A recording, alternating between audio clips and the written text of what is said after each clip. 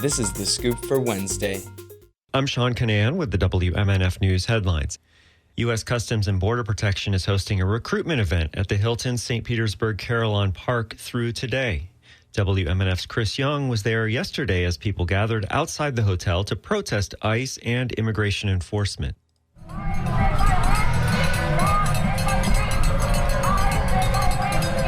Dozens of people gathered outside the hotel, waving signs and chanting messages that denounced ICE. The protests come on the heels of the ICE killing of Renee Good in Minneapolis. Demonstrator Jane Jackson says she's concerned about her country. We have to do something. I can't sit and watch television and listen to the radio. I have to show my displeasure. At a noon press conference, law enforcement said there had been no arrests at the protest.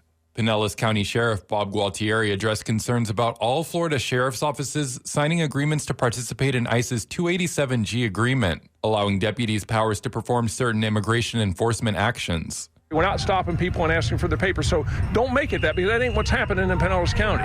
And so tell me one time that a local law enforcement officer has engaged in that activity. It hasn't happened. So everybody just chill on that. Protests are set to continue on Wednesday to 2 p.m.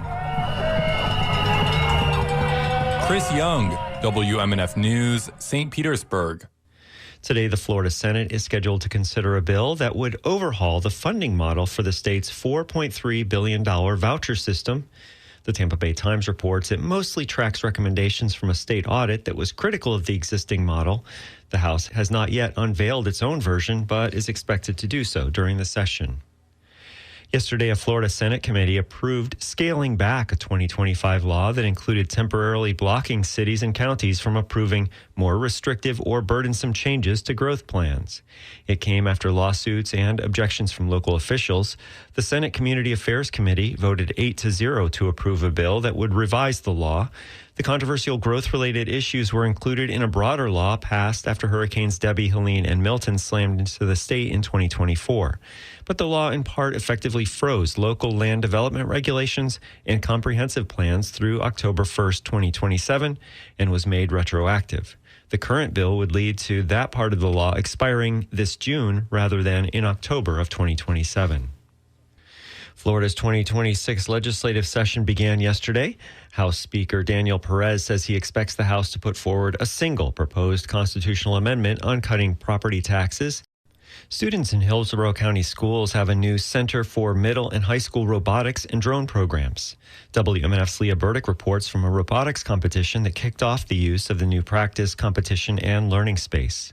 The project is a collaboration between Hillsborough County Public Schools and the Foundation for Community-Driven Innovation. The goal is to help expand access to science, technology, engineering, and mathematics, also known as STEM, for local students. Dakshay Kake is the Chief Operating Officer of the Middletown Robotics Organization. The closest practice field to us, at least that we were invited to, was around 5 or 6 hours away from us. So there would be a short, small group of people that would make that drive with the robot, with our mentor who was also making that drive, and we'd go practice for just a couple hours, and we had to come back because it was really just like a one-day thing. He says he's excited about this year's rebuild competition now that teams have a larger practice space closer to them. If we were able to do what we did last year with, all the constraints and a lack of a place to actually practice, then, I can only imagine where we're going to go this year. Because, we went from a 10 by 10 foot in our space in our lab and, a field 6 hours away to now something that's 30 minutes away. During the ribbon cutting ceremony, donors and STEM mentors emphasized the importance of introducing STEM education at a younger age and hope the new center helps make that possible.